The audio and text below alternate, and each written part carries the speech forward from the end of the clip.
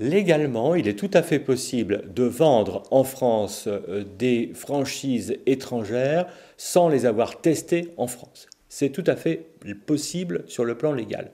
Néanmoins, tout le monde comprend que c'est un gros risque.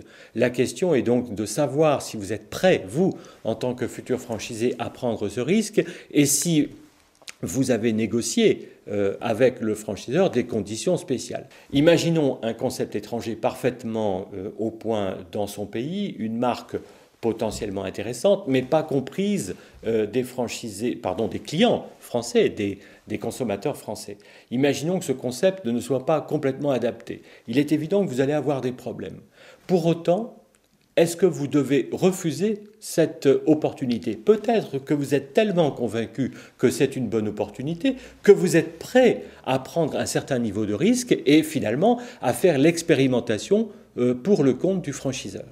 Pour le compte du franchiseur, à sa place. C'est vous qui prenez un risque. Ça n'est pas le rôle normal d'un franchisé, mais ça n'est pas interdit non plus. Donc c'est une question de négociation avec les franchiseurs et d'information. Il est donc absolument essentiel que l'information donnée par le franchiseur soit totale, sincère, exhaustive. Il est essentiel que vous alliez voir dans le pays d'origine, dans votre cas en Italie, comment cela fonctionne vraiment. Il est normal que vous étudiez avec le franchiseur s'il y a des différences de marché, d'acceptation, de concurrence ou de réglementation.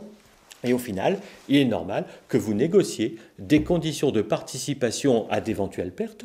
Ça n'est pas souvent accepté, mais au minimum des conditions de sortie du genre remboursement du droit d'entrée ou tout simplement pas de versement de droit d'entrée ou droit d'entrée allégé, reprise des meubles, reprise des stocks, solde de compensation, etc.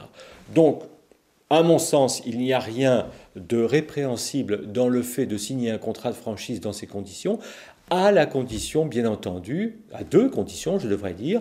Premièrement, que l'information préalable soit complète et sincère. Deuxièmement, qu'il y ait des conditions spéciales qui aient été négociées.